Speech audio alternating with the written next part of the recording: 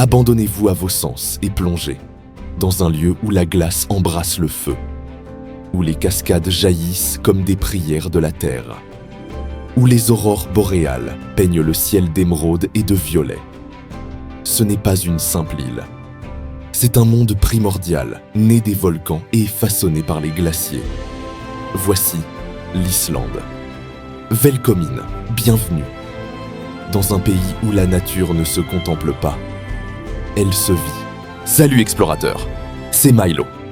Aujourd'hui, nous partons au nord extrême, à la découverte d'un territoire de feu et de glace. Préparez-vous car l'Islande n'est pas une destination, c'est une révélation. L'histoire de l'Islande débute il y a plus de 1000 ans, quand les Vikings norvégiens bravèrent l'Atlantique Nord. Ils y fondèrent des fermes isolées, mais aussi l'Althing, l'un des plus anciens parlements du monde, établi en 930. Ici, chaque vallée raconte une saga.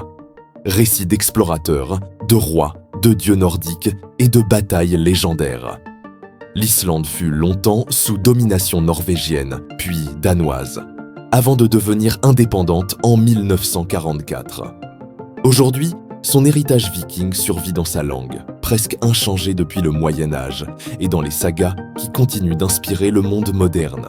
L'Islande est une île volcanique posée entre l'Atlantique Nord et l'Arctique. Elle compte environ 400 000 habitants, presque tous concentrés autour de Reykjavik, la capitale la plus septentrionale du monde.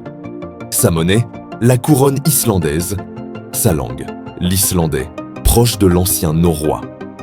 Mais ce pays est surtout une toile vivante. Volcans actifs, glaciers titanesques, champs de lave, geysers, fjords et plages de sable noir. C'est une terre où chaque paysage semble sortir d'un autre monde.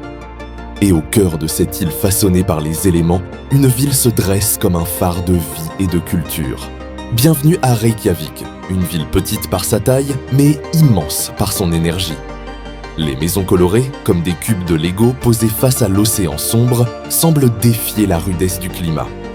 Au loin, la Hallgrímskirkja, cette église futuriste qui s'élève comme une fusée de pierre, guide les regards vers le ciel. Mais Reykjavik, ce n'est pas qu'un décor. C'est une capitale où la modernité côtoie la mémoire. Dans les musées, on traverse 1000 ans d'histoire viking, tandis que les fresques d'art urbain racontent l'Islande d'aujourd'hui.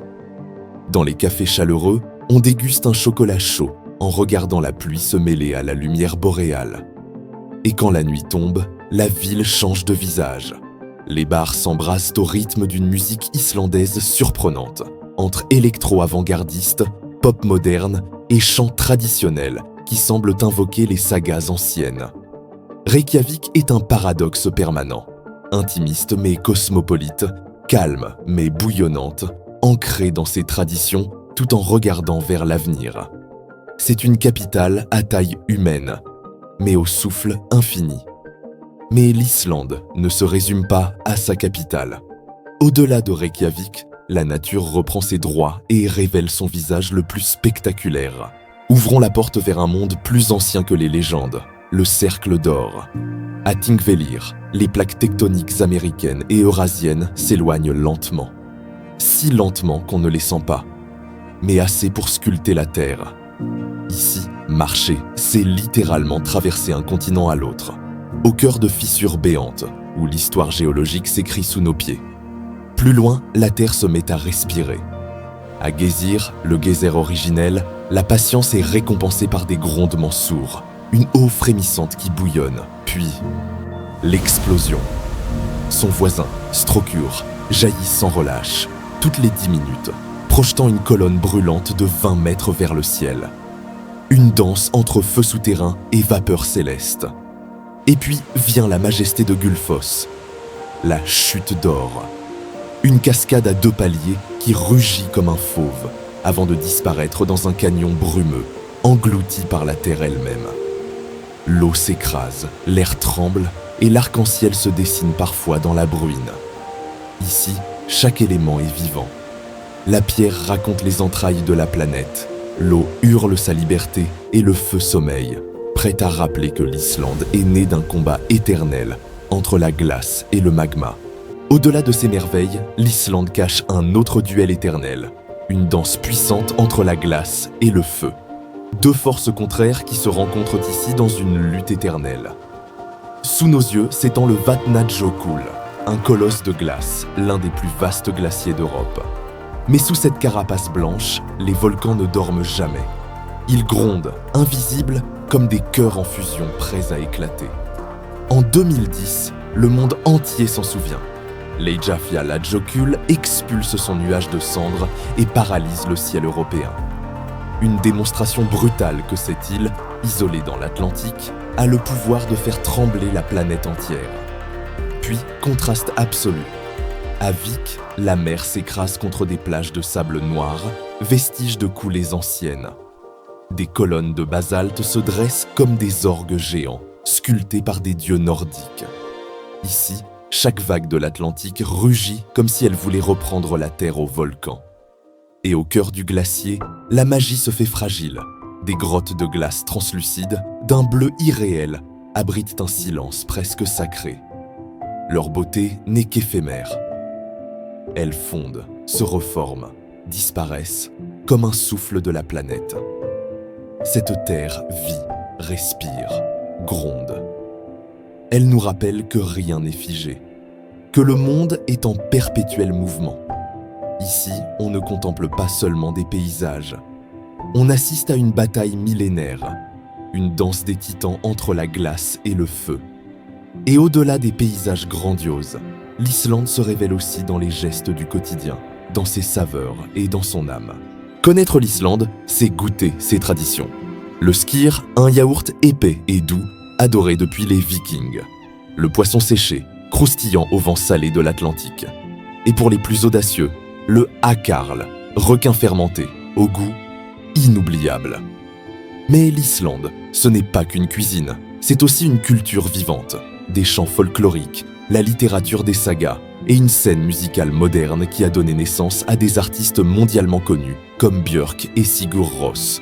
Explorateurs, petit défi pour vous. En Islande, les noms de famille ne se transmettent pas comme ailleurs. Ils se créent à partir du prénom du père ou parfois de la mère. Alors imaginez, un homme s'appelle John. Il a un fils nommé Erik et une fille appelée Anna. Selon la tradition islandaise, quels sont les noms complets de ces enfants? Répondez en commentaire. Lorsque la nuit tombe, l'Islande ne s'endort pas. Elle se métamorphose. Le ciel devient une toile vivante, où s'entrelacent des voiles verts, violets et parfois rouges. Les aurores boréales. Elles ondulent, elles dansent, elles embrasent l'horizon comme si l'univers lui-même peignait ses secrets devant nos yeux. Dans le silence glacé des fjords, les eaux sombres reflètent ces lumières célestes, mêlées au scintillement des étoiles. Plus loin, les volcans endormis s'illuminent doucement sous leur manteau de neige, comme des géants qui reposent, mais dont la force n'a jamais disparu. Tout ici invite à l'humilité. Face à ces ciels mouvants, on comprend que nous ne sommes qu'une poussière dans le cosmos. C'est un spectacle qui dépasse le voyage, une expérience qui touche l'âme. En Islande, la nuit n'est jamais noire. Elle est vivante, cosmique et profondément magique. Alors, avez-vous trouvé la réponse? La voici. En Islande, Erik s'appelle Erik Jónsson, le fils de John. Et sa sœur porte le nom d'Anna Jónsdóttir, la fille de John. Ici, les noms ne voyagent pas intacts à travers les siècles. Ils se réinventent à chaque génération, comme une saga familiale qui se réécrit sans fin. Un fils porte la mémoire de son père, une fille celle de sa lignée. Un rappel que, dans cette île de légende, même l'identité est un héritage vivant. Alors, pourquoi choisir l'Islande? Parce qu'elle nous rappelle que la Terre est vivante, qu'elle respire, qu'elle rugit, qu'elle chante. C'est un lieu où la nature dicte encore le rythme, où l'homme est petit, mais jamais insignifiant. L'Islande est un poème de glace et de feu, et peut-être une invitation à écouter la planète différemment.